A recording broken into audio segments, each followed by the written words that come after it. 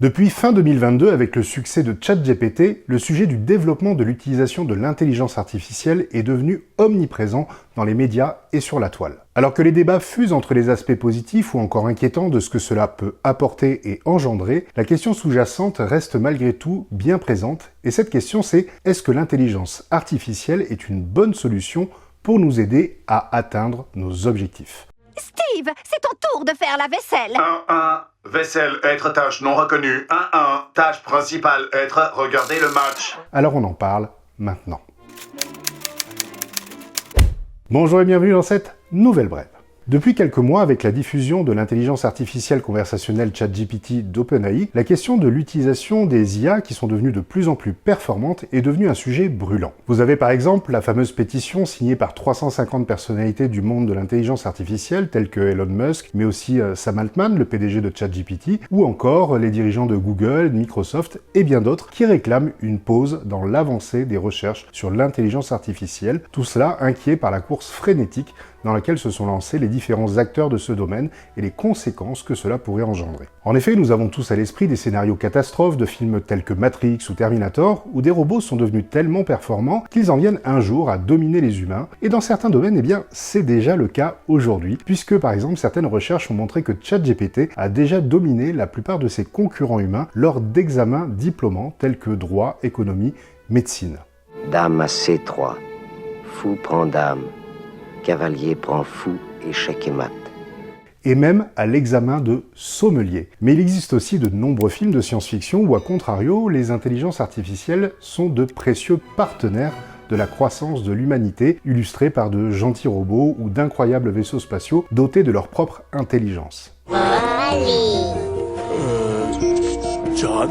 D'ailleurs, certains experts pensent que ces inquiétudes sont exagérées, et c'est le cas par exemple de Gary Marcus, professeur émérite à la New York University, qui fait partie justement des signataires de la fameuse pétition et qui a été auditionné par une commission parlementaire du Sénat américain sur les risques liés à l'intelligence artificielle le 16 mai 2023. Il déclare que pour l'instant il n'est pas très inquiet concernant les scénarios catastrophes qui sont régulièrement cités. Cependant, il précise « Ce qui m'inquiète, c'est que nous construisions des systèmes d'IA que nous ne contrôlons pas bien. » Il y a toujours eu des fantômes dans la machine. Des segments aléatoires de code qui se sont regroupés pour former des protocoles imprévus. Et en effet, la vraie réponse se trouve probablement sur ce point essentiel. Car l'intelligence artificielle fait déjà partie de notre quotidien depuis longtemps, et elle nous est déjà d'une aide précieuse. Que ce soit les correcteurs de fautes d'orthographe, la reconnaissance faciale, les moteurs de recherche sur Internet, les algorithmes des réseaux sociaux, les systèmes de navigation, le pilotage automatique, les assistants vocaux comme Siri, Google ou Alexa, etc., etc.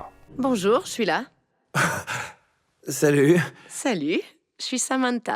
En effet, les débuts de la recherche sur l'intelligence artificielle datent des années 50. Saviez-vous par exemple que le premier jeu vidéo de programme d'échecs a été développé en 1948 par Alan Turing, le mathématicien britannique de génie qui avait conçu pendant la Seconde Guerre mondiale l'ordinateur qui a permis de déchiffrer le langage codé Enigma utilisé par les Allemands, ce qui, selon les experts, a permis d'écourter la durée de la guerre de 2 ans. Il fut donc le fondateur des bases de l'informatique et sauva ainsi des millions de vies. D'ailleurs, si vous n'avez pas encore vu le film The Imitation Game, où Benedict Cumberbatch y joue le rôle de Alan Turing, regardez-le vite car c'est un film incroyable.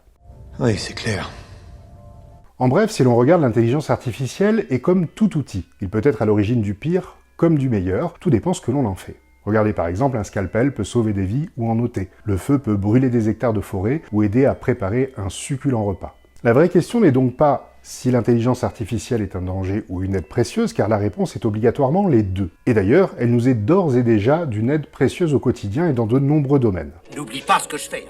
Pourquoi je me saigne aux 80 pour toi?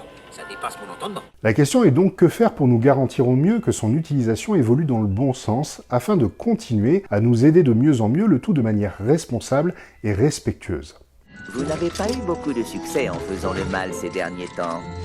Peut-être que vous obtiendriez de meilleurs résultats en mettant votre intelligence au service du bien. Imaginez par exemple avoir une intelligence artificielle à votre service pour vous aider à mieux réussir à atteindre les objectifs que vous vous êtes fixés, que ce soit d'un point de vue personnel comme professionnel. Imaginez avoir un assistant virtuel dans votre poche qui vous donnerait les conseils les plus adaptés à vous, à vos besoins, à votre rythme de vie, pour que vous puissiez mieux concrétiser ce que vous souhaitez profondément réalisé dans votre vie. Tu es là, Jarvis? À votre service, monsieur. Déclenche l'alerte visuelle. Ok. Importe les préférences de mon interface. Tout de suite, monsieur. Par exemple, vous voulez perdre du poids et reprendre en main votre condition physique? Eh bien, ok, votre assistant personnel vous aide. Vous voulez mieux vous organiser et gagner en productivité? Ok. Vous voulez apprendre de nouvelles choses? Ok, etc., etc.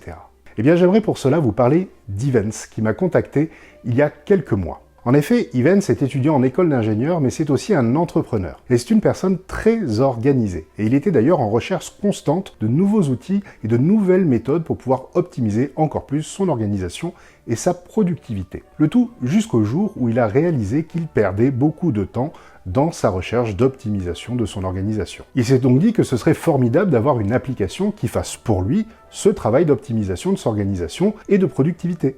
Et donc ni une ni deux, il a donc décidé de créer son application pour pouvoir l'aider à atteindre au quotidien ses objectifs. Voyant à quel point cela lui a été d'une très grande aide, il s'est donc dit que ça serait intéressant d'en faire profiter tout le monde, et que l'idéal pour cela, ce serait d'avoir un système qui puisse s'adapter au mieux à chacun, faire du sur-mesure pour pouvoir aider tous ceux qui souhaitent atteindre leurs objectifs. Pas mal. Tu as dû faire une programmation de fou sur ce truc, hein? Et c'est donc ainsi qu'il a créé l'application Algovie, qui est actuellement en finalisation de développement. Alors attention, je n'ai rien à vous vendre ici, mais pour ma part, j'ai décidé d'accepter de faire partie du groupe de bêta-testeurs d'Algovie pour pouvoir aider Evans dans son projet. Et c'est ça que j'aimerais vous proposer. Seriez-vous d'accord, tout comme moi, d'aider Evans en essayant gratuitement son application pour voir si elle vous aide à mieux atteindre l'objectif de votre choix? Si cette aventure vous tente, vous trouverez en descriptif de la vidéo un lien qui vous donnera accès à un compte premium de l'application jusqu'en septembre. Et une fois arrivé en septembre, eh bien vous verrez si cela vous a aidé et si vous souhaitez continuer ou non. Mais dans tous les cas, vous aurez apporté une aide précieuse à un jeune entrepreneur motivé qui a eu une brillante idée. Il y a encore beaucoup de gens qui ont besoin de toi. Et d'autres qui ont besoin de moi. Donc voilà les amis, je vous souhaite une bonne expérience avec l'application Algovie et surtout je vous remercie si vous acceptez d'aider Evans en rejoignant cette aventure. Et je vous souhaite aussi que vous puissiez atteindre tous les objectifs que vous désirez. Et quant à moi, je vous dis à la semaine prochaine pour une nouvelle vidéo. À bientôt. Et n'oubliez pas, vous pouvez télécharger gratuitement un extrait de mon livre Bon Manager, mode d'emploi pour pouvoir le découvrir. Le lien est dans le descriptif de la vidéo. Et pour vous abonner, vous cliquez à gauche, et pour voir une autre vidéo, vous cliquez à droite. Allez, à bientôt.